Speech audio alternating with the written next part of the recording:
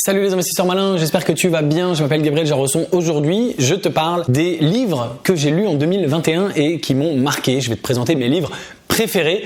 Alors, je vais pas te parler de tous les livres que j'ai lus. J'en ai lu à peu près une trentaine. Ça ferait une bien trop longue vidéo. Et puis, tous n'étaient pas super. Mais il y en a certains qui m'ont beaucoup plu et que j'ai noté ici et dont je vais te parler. Alors, on commence tout de suite. La plupart, je les ai lus en format sur ma Kindle. Donc, je les ai pas en papier, mais je suis sûr que va y avoir une super couverture insérée au montage pour que tu puisses les voir. Le premier, c'est The Ride of a Lifetime de Robert Iger. Et c'est Robert Iger, Bob Iger, c'est le PDG de la société Walt Disney. C'est le PDG de Disney Pixar. Et The Ride of a Lifetime, c'est autobiographique. Il raconte sa vie en tant que PDG de Disney. D'ailleurs, il raconte sa vie avant. Tout ce qu'il a vécu comme aventure, tout ce qu'il a traversé et tous les enseignements qu'il en tire. Et qu'est-ce qui fait, selon lui, un bon dirigeant de la société Disney? C'est lui qui a fait l'acquisition de Pixar. Et donc,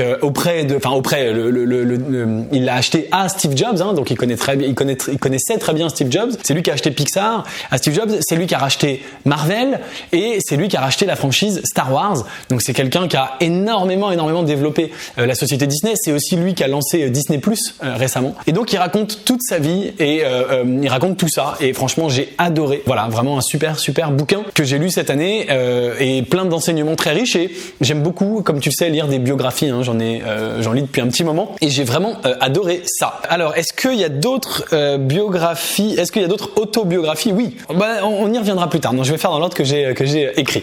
Le deuxième livre que j'ai adoré, c'est Big Debt Crisis de Ray Dalio. Donc Ray Dalio, tu connais peut-être, c'est le fondateur de Bridgewater Capital, l'un des plus grands fonds d'investissement au monde, celui qui a rapporté le plus d'argent au monde à ses actionnaires, à ses investisseurs. Ray Dalio, très connu, qui a écrit Principles, qui est un livre que j'ai lu il y a plusieurs années et que j'ai adoré, dont j'ai déjà parlé, je crois, dans une de ses vidéos. Et il a sorti un livre qui s'appelle Big Debt Crisis, où il analyse toutes les crises de la dette de ces 150 dernières années dans plein de pays, plein de crises de la dette que je connaissais pas.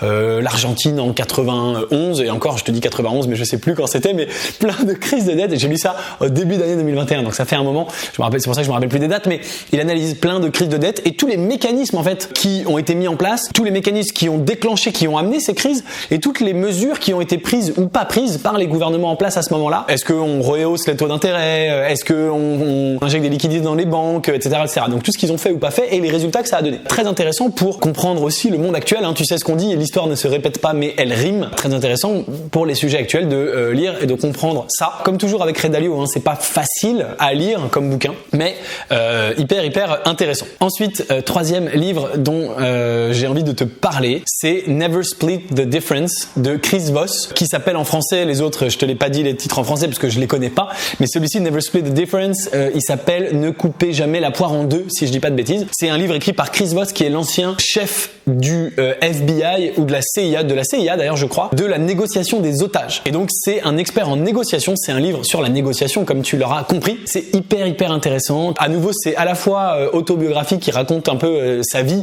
ce qu'il a vécu, les situations d'otages qu'il a pu vivre et négocier, etc. Mais aussi il te donne des conseils pratico-pratiques que tu peux toi utiliser dans tes négociations, que tu peux utiliser au quotidien, dans tes relations et dans tes négociations avec les autres. Donc vraiment passionnant comme livre et très instructif, je te le recommande. Ensuite, je sais pas pourquoi j'ai mis cet ordre-là, mais un livre que tu connais sûrement, dont tu as probablement entendu parler, et moi j'en avais entendu parler depuis des années et des années sans l'avoir jamais lu. Je me suis dit, il est grand temps que je le lise. C'est les Boron Letters de Gary C. Albert.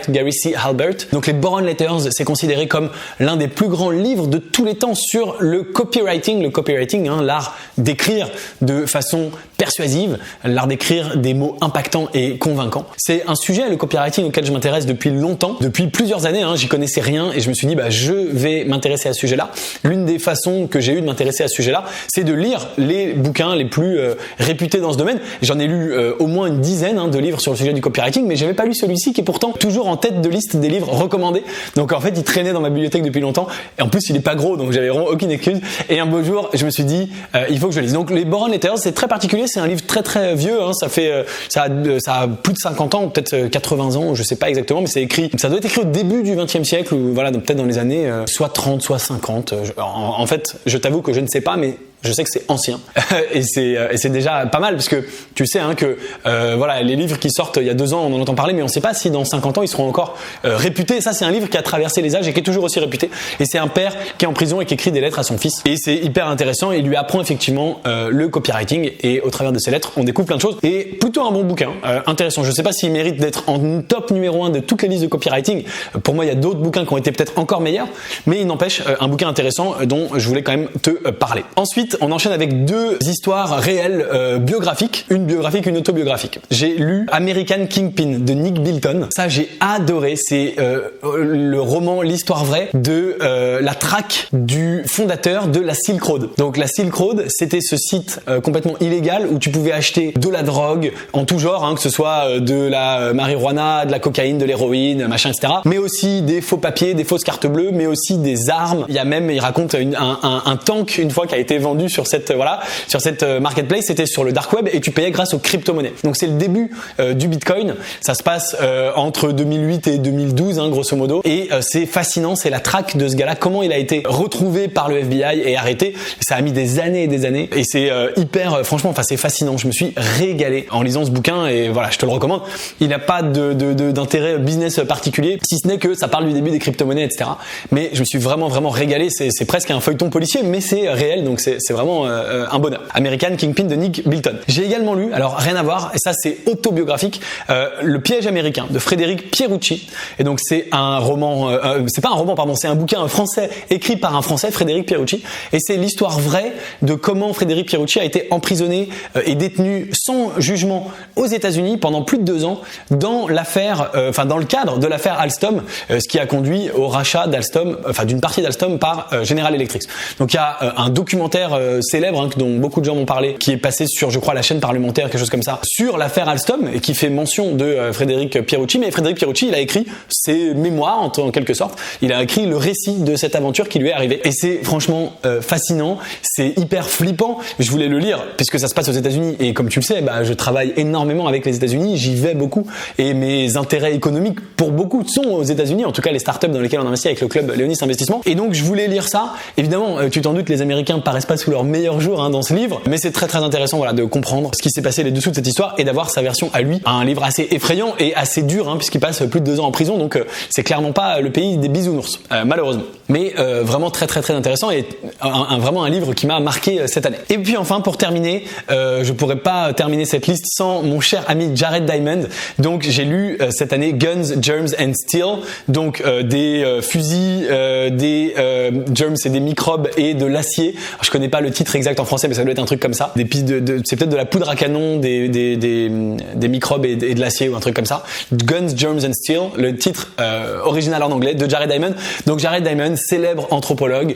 J'avais déjà lu un premier livre de lui qui s'appelait Extinction ou quelque chose comme ça. En anglais, le titre c'est Collapse, peut-être disparition ou effondrement. Voilà, effondrement il s'appelle en français, Collapse en anglais. Et donc c'est quasiment ces 2 plus connus. Collapse que j'avais eu il y a plusieurs années et Guns, Germs and Steel. Donc il t'explique, c'est un anthropologue, donc il décrypte les fonctionnements de nos sociétés modernes et anciennes et pourquoi elles sont comme elles sont. Et c'est vraiment évidemment passionnant. On apprend plein de choses et c'est le genre de bouquin que je lirai pas en permanence, mais de temps en temps c'est vraiment pas mal et que j'ai lu cette année et qui m'a beaucoup plu. Voilà mon résumé des livres de 2021 qui m'ont marqué. Encore une fois, c'est pas tous les livres que j'ai lus, j'en ai lu d'autres, mais c'est ceux qui m'ont vraiment plu et dont je voulais te parler pour que tu puisses t'y intéresser, éventuellement les lire. N'hésite pas, comme ça a été le cas dans les vidéos précédentes que j'ai fait, j'avais fait cette vidéo il y a 1 an pour 2020. N'hésite pas à me dire en commentaire les livres qui toi t'ont marqué en 2021 et comme je l'ai fait, je jetterai un coup d'œil et s'ils m'intéressent, j'irai les lire. Voilà la lecture, un art évidemment oublié des gens de notre génération, en tout cas de la mienne, et pour autant fascinant. Heureusement, je dis oublié, il y a quand même beaucoup de gens de tout âge qui lisent et c'est vraiment pourquoi je fais ces vidéos, parce que moi la lecture a eu un impact sur ma vie important, a eu un impact sur ma vie professionnelle, sur ma vie personnelle, et donc je reste persuadé que la lecture c'est hyper important et je suis toujours très heureux et intéressé de lire des bons bouquins. Donc si tu as des bons bouquins à me suggérer, n'hésite pas à me les donner en commentaire et j'irai jeter un coup d'œil. Je garantis pas que je les lirai évidemment, mais j'irai vraiment jeter un coup d'œil. Merci d'avoir regardé la vidéo jusqu'au bout. Si elle t'a plu, bien sûr, aime-la, partage-la. challenge-là. N'hésite pas à partager ton objectif de nombre de livres à lire pour 2022. C'est important de se fixer un objectif chiffré. Alors, pour une raison que j'expliquais dans une autre vidéo, moi je m'en fixe pas pour 2022 parce que je m'en suis fixé beaucoup et que, bon, enfin bref, pour une raison expliquée précédemment. Mais n'hésite pas à partager un objectif de livre de lecture pour 2022 en commentaire de cette vidéo pour te donner le maximum de chances d'atteindre cet objectif. Et moi je te dis à très bientôt pour une prochaine vidéo. Ciao ciao.